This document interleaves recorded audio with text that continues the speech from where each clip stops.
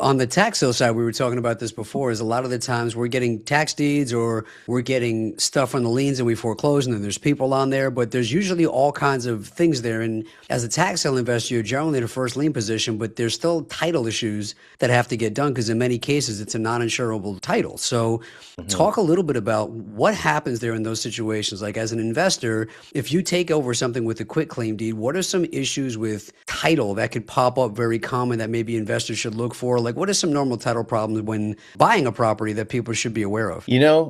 That's going to be in an area where I'm probably not going to be quite as good as you are, Nick, when it comes to tax sales and stuff. But essentially, when you buy a piece of property and if you go through title, there's liens and there's taxes that need to get paid off and whatnot. But not every single property transaction goes through a title company, and so that can create difficulties downstream, which is a lot of times what you find, with these tax sales with title issues is essentially like, some contractor may not have been paid, 3 years ago, and then title changes a couple times. Unless you go through a title company and check and make sure that these liens have been paid off and these taxes have been paid off, and you actually have a clear and marketable title, then a lot of times you're stuck with a bad title situation. But a lot of times people just don't care. They'll just transfer the deed, transfer the title. And it happens all the time. Not every transaction goes through a title company. So if you have a tax position, then yeah, you're going to get paid first. That's the best position to be in, is to be the government. Then the next best is to be the first lien holder, second lien holder.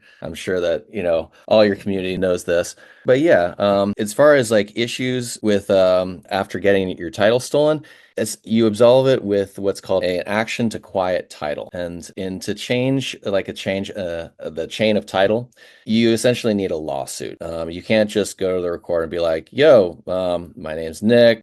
George tried to steal my property. Put it back in my name." And they'd be like, "Oh, cool. Yeah, no, we got you." No, they have to only do so under a court order, and the lawsuit that makes that happen is called an action to quiet title. And yeah, you got to lawyer up, you got to do the whole thing, but as long as it's cut and dry, it shouldn't get too expensive, until it does. But but yeah, that's what it's called.